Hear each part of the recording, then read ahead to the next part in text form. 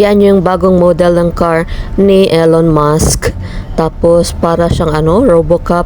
Parang 2 years from now, lilipad na yan.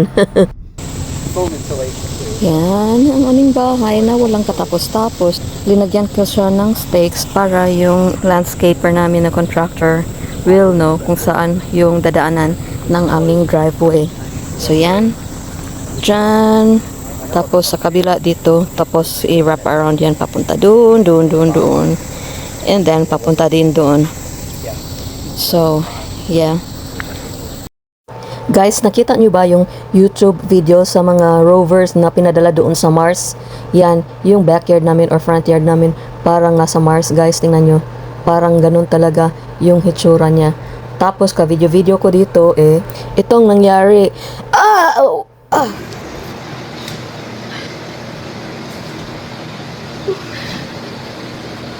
Nahulog ako, guys. Nabalintong ako doon sa labas. Kasi diba, bangin yung namin, lupain namin, tapos na-slide ako, and then nauntog yung likod ko, and I'm so much in pain. Uwi na ako, hindi ako nakatapos sa trabaho. I need to go home.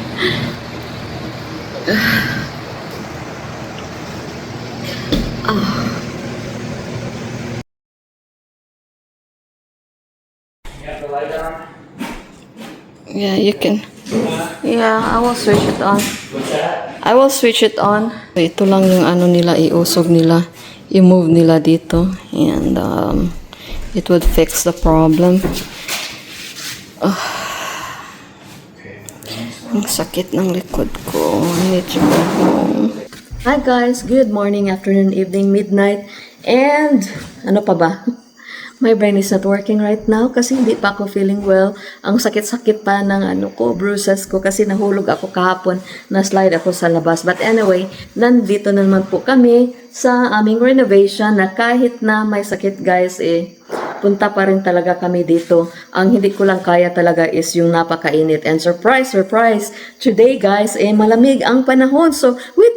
We only have today and tomorrow. And then after that, mainit na naman. But, kung ang trabaho ay nandito sa loob ng bahay, okay na kasi may aircon na kami. But anyway, pakita ko sa inyo ang chandelier na dapat ilagay namin doon sa aming great room. So ito po, actually silver ang color nito. Tapos sinabi ko sa asawa ko na spray natin kasi yung mga accessories natin dito sa main floor is colored brass. So, sinabi ko sa asawa ko, paki-spray para uniform lahat. Pati na yung mga natin, yung mga accessories. In other words, tingnan nyo yung aking mga chandelier. Yan, that's brass. That's brass. Kaya nararapat lang na lahat ng mga accessories ko ay brass din or colored gold. So, my husband did a really good job.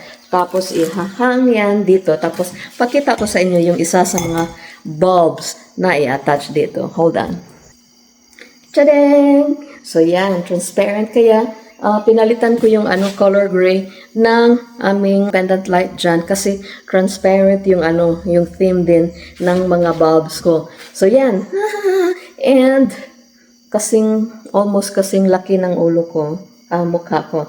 But anyway, so ito po yung magdidikit dyan. Tapos, there would be like 18 na ganito na mag-branch para siyang grapes. Tapos, lagyan na ng magandang bulbs dito sa loob. So, it should be looking good. So, I'm excited. Hopefully, tomorrow ay install na nila. So, this is it. Pusit!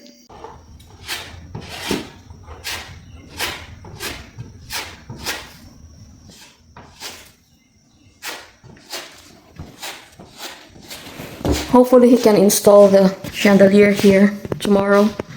So, ito na po yun guys. Inayos na nila ang aming countertop. The problema lang is hindi ma-move itong cabinets kasi na-fasten na yan. Na-fasten na ang aming cabinet. So, tingnan nyo yung gap dito. Compared sa dito. See, walang gap. Tapos, dyan is napakalalim ng gap. But it's okay. It's okay. Ang importante wala nang space dito sa ating stove in betweens. So, bibili na lang tayo ng filler dito para matabunan yan. And then, after that, color it dark blue. So, dapat install na natin yung mga ng ating cabinets, yung doors ng ating cabinets doon pero tinatamad pa ako. But ito po yung handle natin, knob. So, we go all the way on the lower cabinets. Yan. Yun dapat ko pang ayusin. And then, yung Apple cabinets dyan, mamaya na yun. Because Dan is still busy doing some stuff, so. Never took painting lessons in their lives.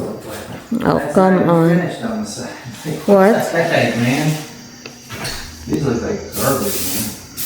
It's okay. It's going to be like high up there. At least Nobody will see it, like the little imperfection. these two are only half done. Didn't get their side. Ganyan siya, guys. Very perfectionist. But anyway, going back to yung nangyari sa amin ng contractor ko para sa mga granite, guys, nagkasumpake kami ng kaunti kasi hindi nila tama yung pagkagawa nila. But ito lang yung ano nila, iusog nila, i-move nila dito. And it would fix the problem. Kasi, yung kasing may-ari ng store, I think, where is she from? I think she is from Taiwan, you know? Yeah, from Taiwan probably. So, hindi kami masyadong nagkaintindihan. And so, of course, she blamed me for doing or making a wrong measurements. And I blamed her. Tapos, sinabi ko sa kanya na pag hindi mo ipa-fix yung mga mali-mali na ginawa niyo, we paid you very, very high price. Parang bahay na sa Pilipinas. Iko-complain kita. Tapos yun, guys, sabi niya, okay, I will be there, we will be there, but bayad kaya ng 250. It's like, bakit kami magbabayad 250? That's like 12 to 15,000 pesos.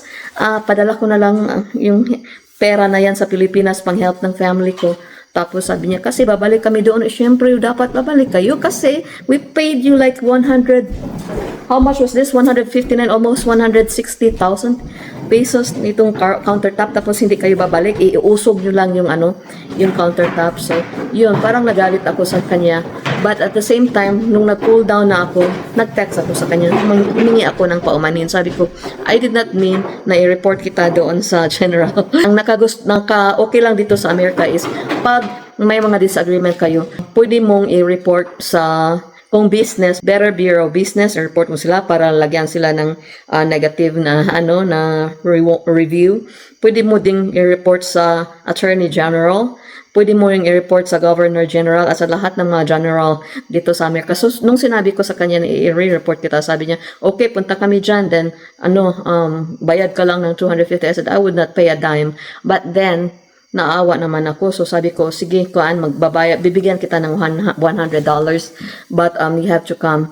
Tapos, pagka midnight, parang na-convicted ako. So, nag-text ako sa kanya, humingi ako ng sorry, humingi ako ng paumanin. I said, I'm so sorry, but I think hindi nyo mali, hindi ko rin mali, miscommunication lang talaga ito. So, please forgive me na I hope Tapos, sinabi ko sa kanya na I hope na yung 250, hindi galing sa bulsa mo na nagbayad ka. Kasi, kung galing sa bulsa niya na nagbayad siya sa mga workers niya, babayaran na lang namin ang 250 entire instead of 100.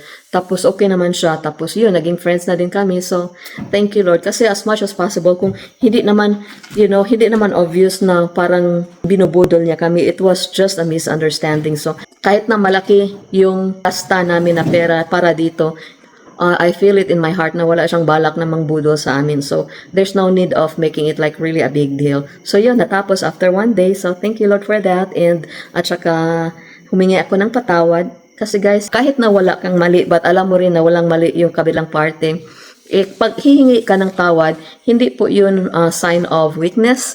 Guys, pag i-humble mo yung self mo kahit na wala kang sala, tapos yung kabila din ay walang sala, ikaw na magsusorry. It takes guts and maturity and strength to say sorry to somebody na wala kang sala. So yun, nagsusorry ako sa kanya. Please forgive me. So yun, okay na siya sa akin, okay na kami. Yan, magta-tiles muna tayo before mag-chika-chika. But guys, may chika ako sa inyo. Hindi naman siya katawa-tawa, pero guys, naaawa ko. Yung contractor namin sa landscaping, contractor namin sa labas, may ano na naman sakuna na nangyari sa kanya, guys. Oh my goodness, a few days ago na flooded yung basement niya kasi yung sewer sa buong neighborhood ipumutok, tapos lahat ng mga dumi ng tao, ng pag naliligo ka, yung mga dalikdik mo, mga ihi mo, everything from the house ng ibang mga neighbors nila ipumunta doon sa basement nila, mga 2 feet ata yung height ng tubig. So sabi niya sa akin na babalik siya to finish his work the next week, at hindi siya bumalik. So I gave him a few days. Sabi ko okay lang kasi napakainit naman pala talaga. So yun guys, hindi ko alam na nag-burst na pala yung pipes niya. So nung finally tinawagan ko siya, sinabi niya sa akin yung anong nangyari. Tapos ngayon guys, 2 days ago tumawag siya sa akin. Sabi niya yung bahay daw niya guys ipakundina na, dapat gigibain kasi hindi na siya safe. Yung mga ways ng mga tao ay toxic na.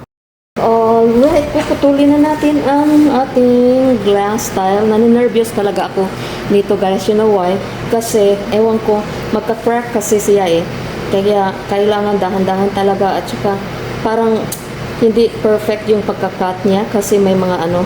But anyway, ang nakabuti dito is matatabo na naman ito ng plate doon sa para sa outlet. So, we will just do the best we can para okay tingnan itong ating tiles.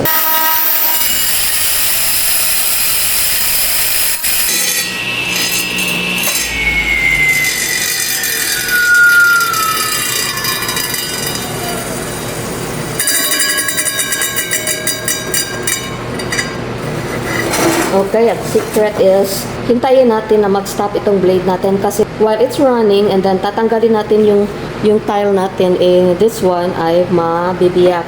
So, yan yung secret.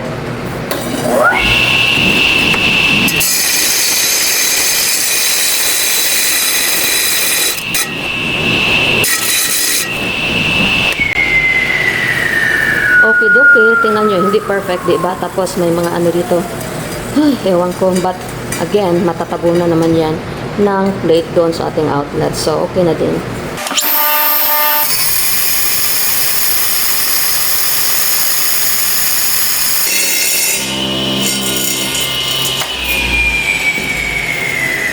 Hintayin muna natin hanggang totally huminto ang ating blade. Otherwise, mabibiyak ang ating tile. Yan. Tadang!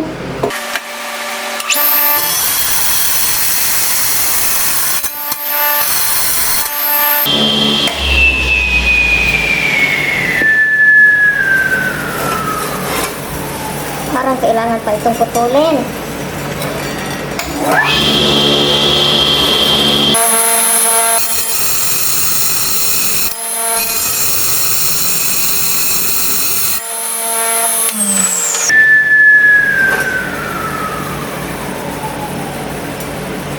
Okay. Oh, ang payod. Moment of truth. Hallelujah.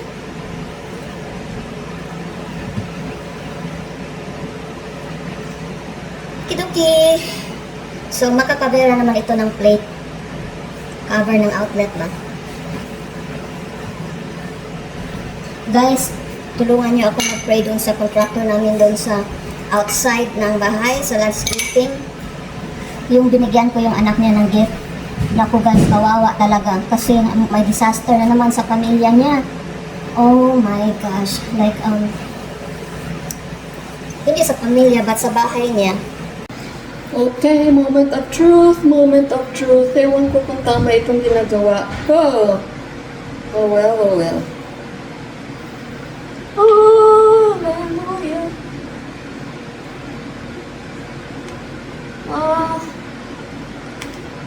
Medyo may katamaan lang. Yan. Kasi i-cover naman ito. So, I think that's good enough.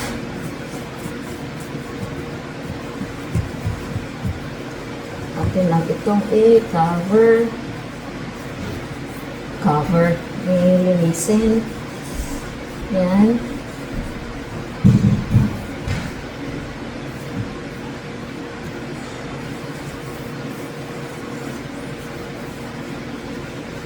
Tapos ikaw usok ka doon. Tapos, lagyan ko lang ng isang plate dito or kalahating plate dyan na tile. And then, that should be it. Pusit! Wait, wait, wait! You are very perfectionist. It's okay. It's high up there. Nobody will see it. Itong asawa ko talaga. Concerned sa kanyang pintal. Okay, moment of truth, moment of truth. Oh my gosh, tama kaya ang ginagawa ni Carpentera. Oh, hallelujah. Oh my, oh my. Oh. Palpak. Ikaw, punta ka doon. Move. Tapos ikaw medyo may space. Okay. Move. Move. Ito guys, palpak. Kasi tingnan nyo, oh, may ano siya dito, konting, siguro dito na lang sa ilalim ko ilalagay. Palpak pa rin. Tingnan nyo, oh. Pero matatabunan naman yan ng ano dito, lagyan ko ng silicone. So, ikaw, usog ka doon. Usog, usog, usog. So, okay na rin. Alright, let's see the other one. Yung isa na palpak din. Mahirap kasi talagang mag-cut ng tiles. Yung tiles na glass ba? Kasi nagigipak siya. Ano ba yung gipak? Ano, nagka-crack siya. Hirap talaga mag-Tagalog. Bakit nyo naman kasi, alam nyo guys, ano, kahit sa panaginip ko, nagtatagalog-tagalog na ako. Ganun ba talaga yung ano? Ganun ba talaga yung effect ng ano? Ng YouTube? Pag nag-ano ka, Tagalog na yung ano ko. My goodness. Pati na sa mga panaginip ko, Tagalog din. Hallelujah! Parang okay naman siya, di ba? What you think, ha? Hindi naman masyadong obvious na may kapalpakan dyan. I-fasten ko lang ito and then i-clean up and we'll call it a night.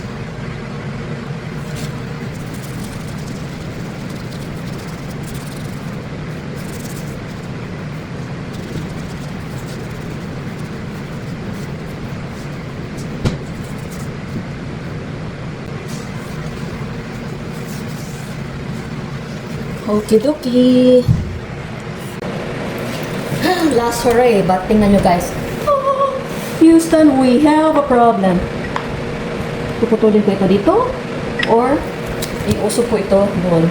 Kailangan kong iusog yan or i-move yan. Saan na yung kamay ko? Where's my kamay?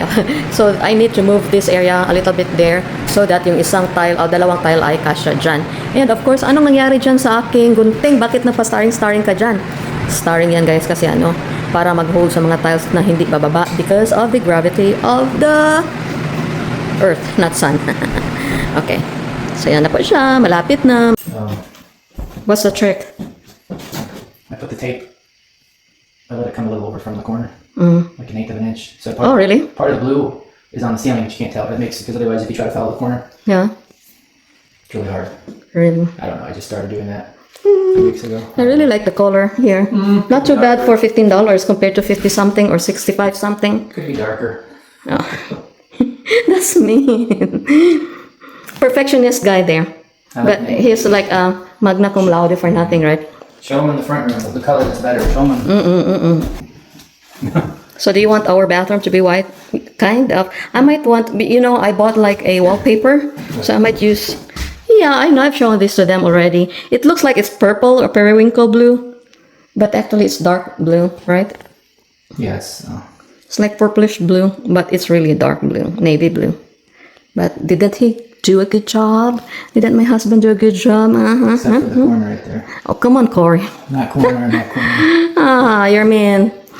Like, he's really a perfectionist, guys. Kailangan talaga perfecto. Oh. See? Now it's time to go home. Yeah. So, yan lang po yung episode natin for tonight. At uuwi na kami kasi nangurog-ngurog na ako. Gutom na talaga ako, wala pa akong dinner. But anyway, thank you so much for watching. Sa lahat ng mga kaibigan ko na minamahal ko dyan, thank you so much. Goal ko talaga na magkaroon ako ng 100 views per download ko ng video. Kaya lang para hindi talaga abot. Guys, pag my friends kayo, encourage nyo naman na manood sa akin. Please, maawa kayo. joke. But anyway, thank you all at nagpapasalamat ako sa inyong lahat. Ang dami nyo talaga na pabalik-balik sa aking channel, and you know who you are. Babanggitin ko kayo lahat sometime in the future, in the near future. But for now, thank you so much and ciao!